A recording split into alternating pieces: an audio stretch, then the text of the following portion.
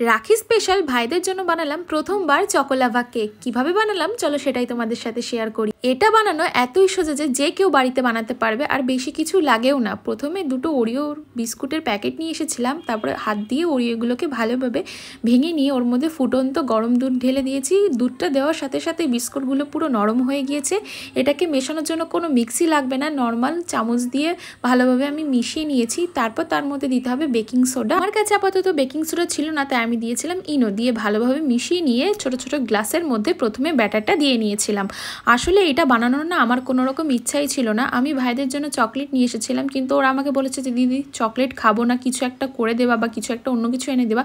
তাই ভাবলাম চকলেট যখন কিনেইছি, তারপরে ওরিও কিনেছিলাম, তো সেটা দিয়েই কিছু একটা বানিয়ে দিই। তখন তারপরে মাথায় আসলো যে চকোলাভা কেক বানাতে তো বেশি ইনগ্রিডিয়েন্টস লাগে না, তো এটাই বানিয়ে দিই।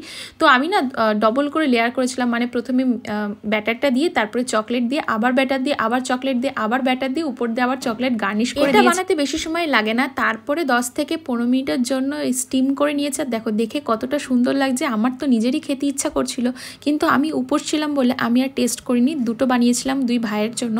এখানে আমি তারপরে স্নান টান করে রেডি হয়ে গিয়েছি, আর সব কিছু গুছিয়েও নিয়েছিলাম। ভাইদের অপেক্ষা করছিলাম, ওরা পড়তে গেছিলো তাই। তারপরে ওরা আসলে ওদেরকে এক এক করে রাখি বাঁধলাম, আর ওরা দুজনেই আমাকে দুটো চকলেট দিয়েছিল। দেওয়ার পরে কি বললো জানো, আমার ভাই বললো দিদি এটা কিন্তু আমিই খাবো, আমি শুধু তোমাকে এমনি দিলাম। তারপরে আমি দেখলাম দেখ আমি তোর জন্য কি বানিয়েছি। তো খেয়ে বললো দিদি দারুণ লাগছে খেতে। আমি দুটো বানিয়েছিলাম, দুটো ও একাই খেয়েছে জানো, ছোটো ভাইকে দেয়নি। তারপর আমিও একটু টেস্ট করে দেখলাম, আমারও বেশ ভালোই লাগলো।